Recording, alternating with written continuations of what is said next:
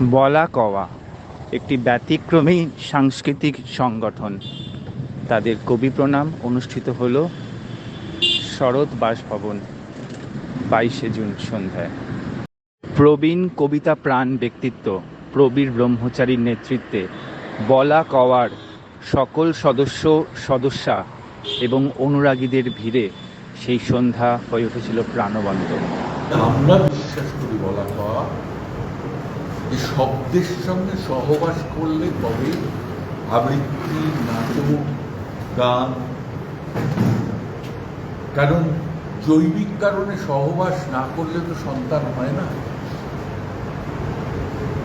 সেইটা আমরা চেষ্টা করি। আর আমি যাদের সঙ্গ পেয়েছি, অজিতেশ বন্দ্যোপাধ্যায়, শম্ভুমিত্র মশাই, সব্যসাচী, প্রদীপ ঘোষ, দেবদুলাল বন্দ্যোপাধ্যায়, অশোক পালি, তমিয় চট্টোপাধ্যায়, গৌরী ঘোষ, পার্থ ঘোষ, নীলাদ্রিশেখর বসু, তাদের যে শিক্ষা। আর অজিতেশ বন্দ্যোপাধ্যায় স্যার একটা কথা বলেছিলেন, if you want to be a performing artist, you must be a prostitute first. Then you can expect that you will get something. কারণ আমি জিজ্ঞেস করেছিলাম, স্যার বলে, আরে তোমার সামনে যারা বসে থাকে তারা তোমার বাবু, তুমি যাতে তাদের সন্তুষ্ট না করো তোমায় কেন দেবে? যে কৃপণ কবিতায় না, উজাড় করি কি, ওই উজাড় নিজেকে করতে না পারলে আমি আমার ছেলে মেয়েদের, তাহলে এই ছেলেটা গৌহাটির থেকে এসে কলকাতায় বাসা ভাড়া করত না। আর ওদের সঙ্গে আমাদের দৈনন্দিন জীবন এমনভাবে জড়িয়ে গেছে, সেই জন্যে সেই উজ্জীবনটা আমরা দুজনে করি। আর ওরা খুব বাধ্য, ওরা বোধহয় বহুদিন পরে আমায় রাখতে দেখলো এরকম ভাবে। এটি সনাতন বহরমপুর থেকে আসে, বন্যা, ওর স্বামীর কিডনির সমস্যা, 16-17 বছর ধরে চিকিৎসা চলছে, ও সেই সব সামলে, তৃপ্তি, সবাই এই যে অনুস্বামীটা, ওর মা আমাদের নিত্য সহযোগী বাড়িতে। তা এইভাবে উদ্বুদ্ধ না করলে এই ছেলেটার মা বাবা যে কষ্ট করে ওকে মানুষ করছে, কবিতা যদি ওকে বাঁচিয়ে না রাখে তাহলে কি করতে? কবিতা পড়ে, কবিতা পড়াই তো উচিত নয়। আমি কবিতা পড়ি, কবিতার মধ্যে থাকি। বাইরে দাঁড়িয়ে আছে, সাথী উঁকি মারছে, ও ভাঙড়ে চাকরি করতে যায়, থাকে সোনারপুর ছাড়িয়ে আরো বেশি দূরে। ওরাও পাগল, আমার মতন পাগলকে খুঁজে বার করেছে। আচ্ছা, কতজন পারফরমেন্স করলো এখানে?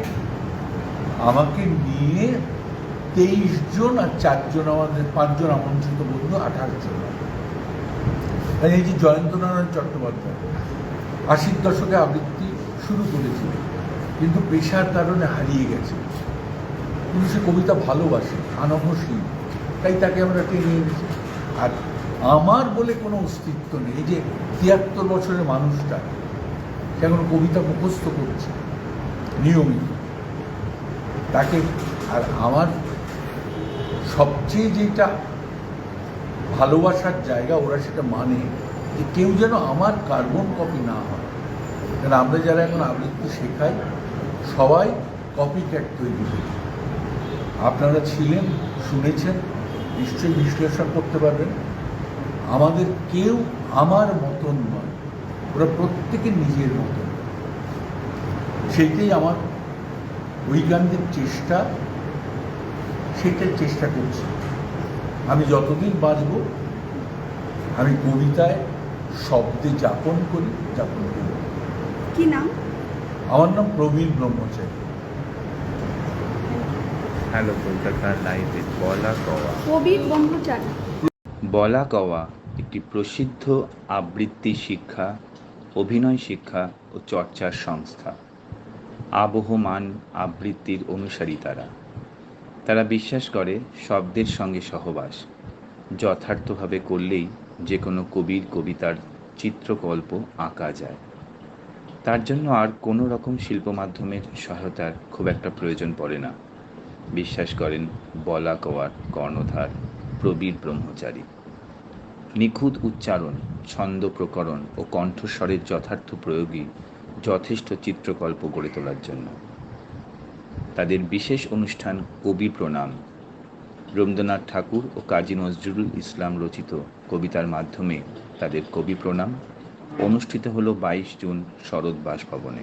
তুমি যদি মুগ্ধ মনে ভুলে থাকো, তবু গভীর দীনতা মোর গোপন করিনি আমি কবিও। মোর দ্বারে এলে যাবে অন্য মনা, ভাবে স্বর্গ দেব গাছে শাখা উঠতে বেরোবে আমারে। কিন্তু কাজী নজরুলের বিন্যাস এত রকম,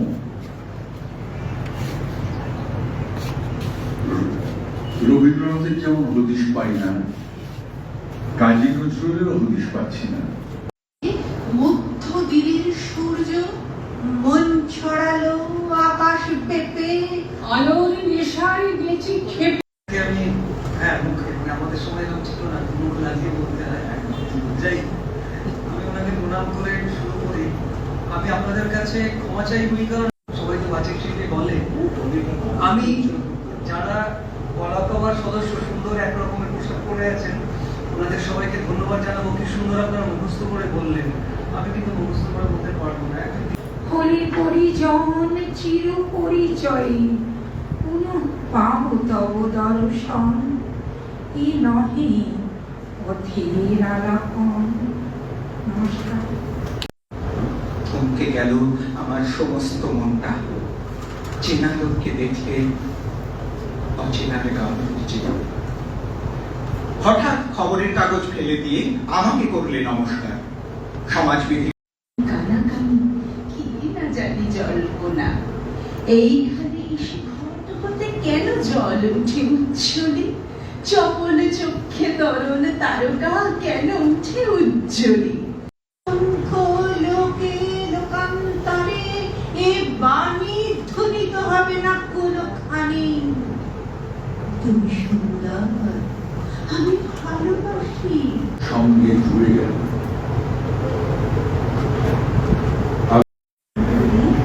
আমায় বঞ্চিত, তোমার রং, তোমার সোনার প্রতিমা রং। দাদা, আজকে যে এই এত সুন্দর আবৃত্তি অনুষ্ঠান আপনি নিজেও পারফরমেন্স করলেন, কি বলবেন দাদা এই প্রোগ্রামটা সম্পর্কে? এটা আমি তো খুব নতুন সদস্য বলা কওয়ার, আর এই পুরো ব্যাপারটা সবসময় আমরা যাকে গুরু মেনে এই প্রোগ্রামগুলোর সঙ্গে জড়িয়ে এসেছি।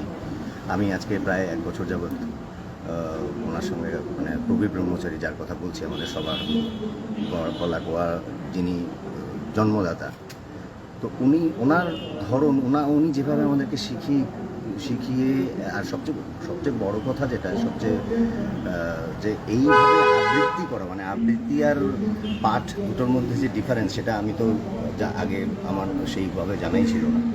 ওনার সঙ্গে ওনার কাছে শিখতে এখন একটা কথাই সবচেয়ে বেশি বুঝতে পারি, সেটা হলো এই যে মুখস্থ, মানে আবৃত্তির যে মূল কথা, সেটা হলো যে কোনো কাগজ না দেখে, কোনো মোবাইল না ধরে কীভাবে আবৃত্তি করতে হয়, সেটাই যে। আর সেটা কীভাবে, মানে উনি যেভাবে শেখাচ্ছেন আমাদের, আমরা সত্যি, মানে আমি তো কিছুই করতে পারিনি এখনও, চেষ্টা করে চলেছি।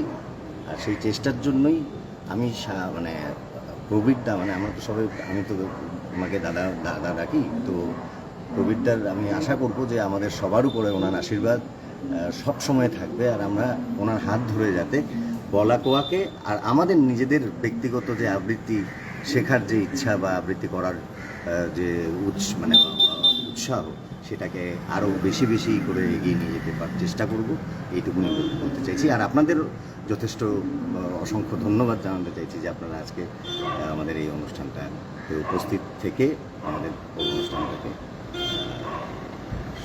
সাফল্যমণ্ডিত করার জন্য যথেষ্ট উদ্যোগ। কি নাম দাদা আপনার? Subhajit Datta. On site report Ashis Basak, hello Kolkata.